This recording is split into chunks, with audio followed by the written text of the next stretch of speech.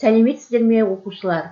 5-ші сыныпқа қазақ тілі пәнінен адамның сырт келбеті мен мінезі бөлімі бойынша сабағымды бастаймын.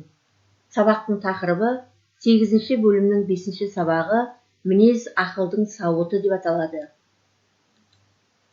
Сабақтың оқу мақсаты: тыңдалым айтылым 1, тірек сөздер мен ұсынылған иллюстрациялар арқылы тақырыпты болжау.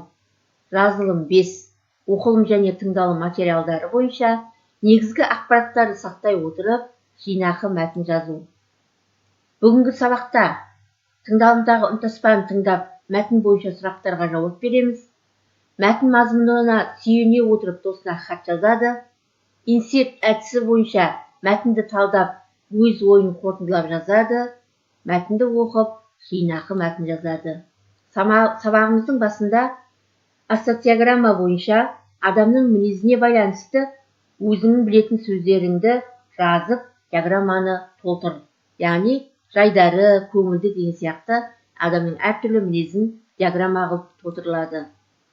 Келесі тыңдалымға береміз. 4-ші тапсырма: мәтінді тыңда. 5-6 сабақ. Мінез ақылдың сауыты.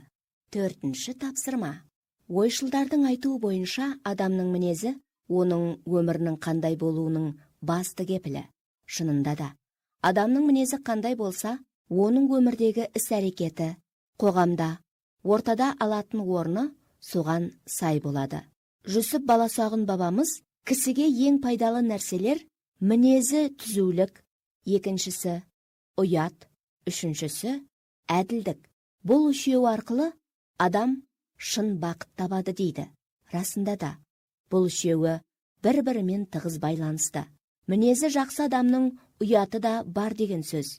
Өйткені ол кез келген жерде ненің ұят екенін біліп, өзін дұрыс ұстай біледі. Ал ұяты жоқ адам тек өзімнің айтқаным дұрыс деп қателікке ұрынады. Сөйтіп, беделі түседі, айналасына сүйкімсіз көрінеді.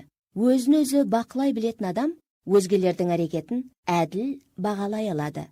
Әрине, ондай адам жүрген ортасында сыйлы, құрметке ие болады. Ал мінезді өзгертуге бола ма?